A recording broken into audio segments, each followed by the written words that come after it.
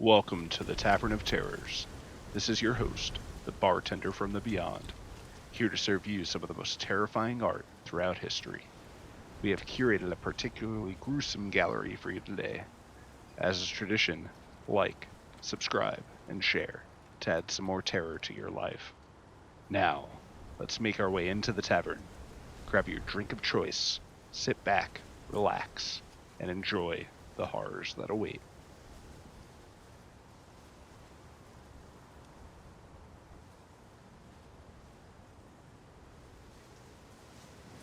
Number 5, The Anguish Man. Artist, unknown. This painting of unknown origin has a truly haunting tale behind it. Sean Robinson, the owner of this painting, has gone on the record regarding the backstory. He tells a particularly terrifying tale with little reason for anyone to doubt his credibility. He has said the original owner of this gruesome work of art stirred his own blood into the paint as he grafted this piece. Shortly after finishing, the artist took his own life, leaving nothing but mystery behind him. Since Robinson has come into possession of this possibly possessed piece, he has reported sounds of weeping from unknown origins and multiple sightings of shadowy figures. The longer the painting remained on display, the more prominent the hauntings would become. The painting is now locked far from reach, but what horrors await when it eventually finds a new home?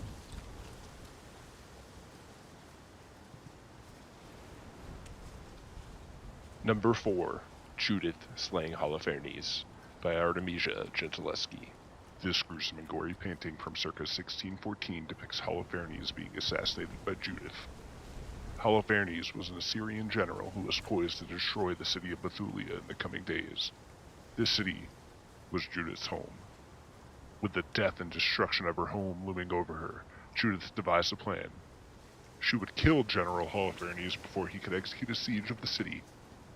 Judith enchanted Holofernes, overindulged him with drink until he passed out, grabbed his hair, and decapitated him. His head was then later taken away in a basket. This act would cement her as a great hero of Bethulia, to be remembered throughout history.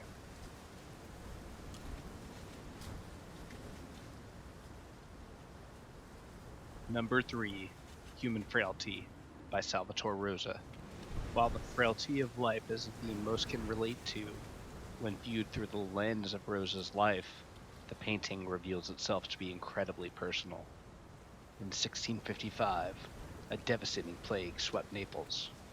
Salvatore Rosa's son, Rosalvo, his brother, his sister, her husband, and 5 of their children all died. The seated woman in this painting is Lucrezia, the mother of Rosa's son. The child is Rosa's son, who had died before Rosa created this work. The winged skeletal beast is directing the infant to sign a contract, undoubtedly a metaphor for him signing away his own life, mere months after his own birth. You could imagine Rosa's anguish as he painted this deeply personal piece.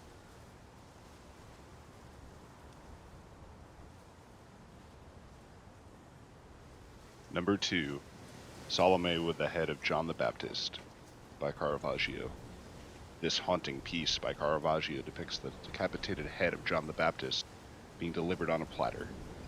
In biblical literature, Herod Antipas had imprisoned John the Baptist for condemning his marriage to Herodias, the divorced wife of his half-brother Herod, but Herod was afraid to have the popular prophet killed. After Salome infatuated Herod and his guest with her dancing at a festival, he promised to give her whatever she asked. Prompted by her mother, Herodias, who was infuriated by John's condemnation of her marriage, the girl demanded the head of John the Baptist on a platter, and the unwilling Herod was forced by oath to have John beheaded. Salome took the platter with John's head and gave it to her mother. Perhaps this is the origin of the common idiom, "Bring me their head on a silver platter."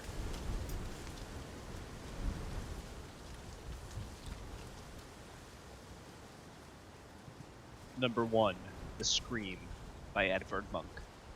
The Scream is without a doubt Munch's most famous painting, even inspiring the mask for the Ghostface slasher in the popular Scream movies. What terror overwhelmed him to craft this work of art, which resonates with so many? Monk detailed that event that inspired this piece in his diary. Monk wrote, "One evening, I was walking along a path. The city was on one side and the fjord below. I felt tired and ill. I stopped and looked out over the fjord. The sun was setting, and the clouds turning blood red. I sensed a scream passing through nature. It seemed to me that I heard the scream. I painted this picture, painted the clouds as actual blood. The colors shrieked. This became the scream."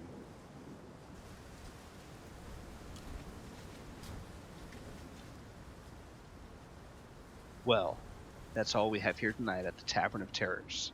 I hope you enjoyed your stay and that look at 5 gruesome paintings. See ya next time.